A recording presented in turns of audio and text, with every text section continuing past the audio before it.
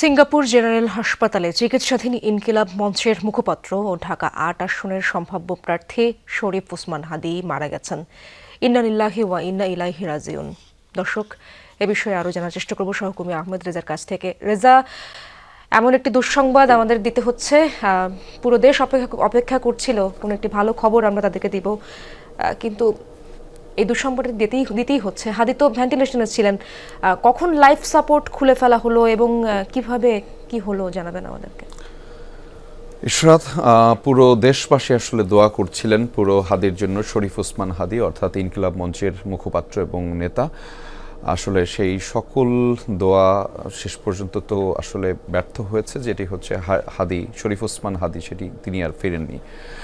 অর্থাৎ বাংলাদেশ সময় রাত 9:30টার দিকে আসলে তার লাইফ সাপোর্টটি খুলে ফেলা হয়েছিল এবং সেটি আসলে নিশ্চিত করেছেন তার চিকিৎসক, যিনি বাংলাদেশের পক্ষে ছিলেন, ডাক্তার আব্দুল আহাদ। তিনি আসলে তেমনটি জানিয়েছিলেন এবং পুরো দেশবাসী নিশ্চয়ই এই সংবাদে বিমর্ষ। এবং আমরা তো সবাই দেশবাসীর যেই কথা আমরা শুনছিলাম, মূলত সবাই শরীফ ওসমান হাদীর জন্য দোয়া করছিলেন দীর্ঘ সময় ধরে, তার সেজন্য ফিরে আসে সবার মধ্যে আবারও, এবং তার যেই বক্তব্য, তার যেই মানুষের পাশে থাকার যে কথা, সেগুলো যিনি তিনি আরও একবার বলেন। রাজনীতির মঞ্চে মানুষের জন্য কথা বলা, দেশের জন্য কথা বলা, সেটি যেন বলেন, সেটি আসলে হয়নি।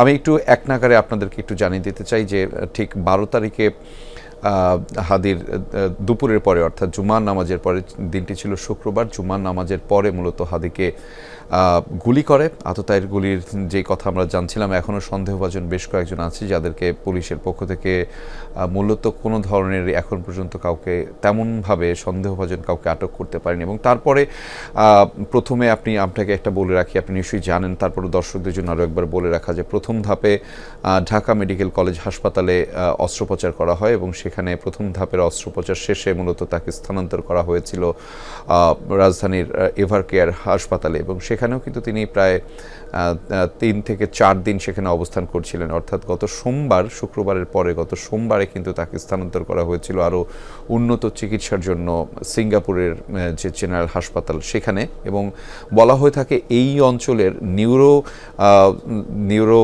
সার্জন বা নিউরো যেই সমস্যা রয়েছে, সেই সমস্যার জনিত সমস্যার সমাধান হিসেবে এই সিঙ্গাপুরের জেনারেল হাসপাতালটিকে সবচাইতে বেশি সাফল্যমণ্ডিত ধরা হয় এবং সেখানেই হাদীকে সর্বোচ্চ চিকিৎসার মাধ্যমে দেওয়া হয়েছিল। আমি একটু চিকিৎসকদের বরাত দিয়ে বেশ কয়েকটি তথ্য দর্শকদেরকে জানাতে চাই, যে চিকিৎসকরা কিন্তু গুলি লাগার পরপরই জানাচ্ছিলেন যে হাদীর গুলি লাগার পরে তার যে ব্রেন স্টেমটি রয়েছে, সেই ব্রেন স্টেমে কিন্তু সেই আঘাতটি করেছিল।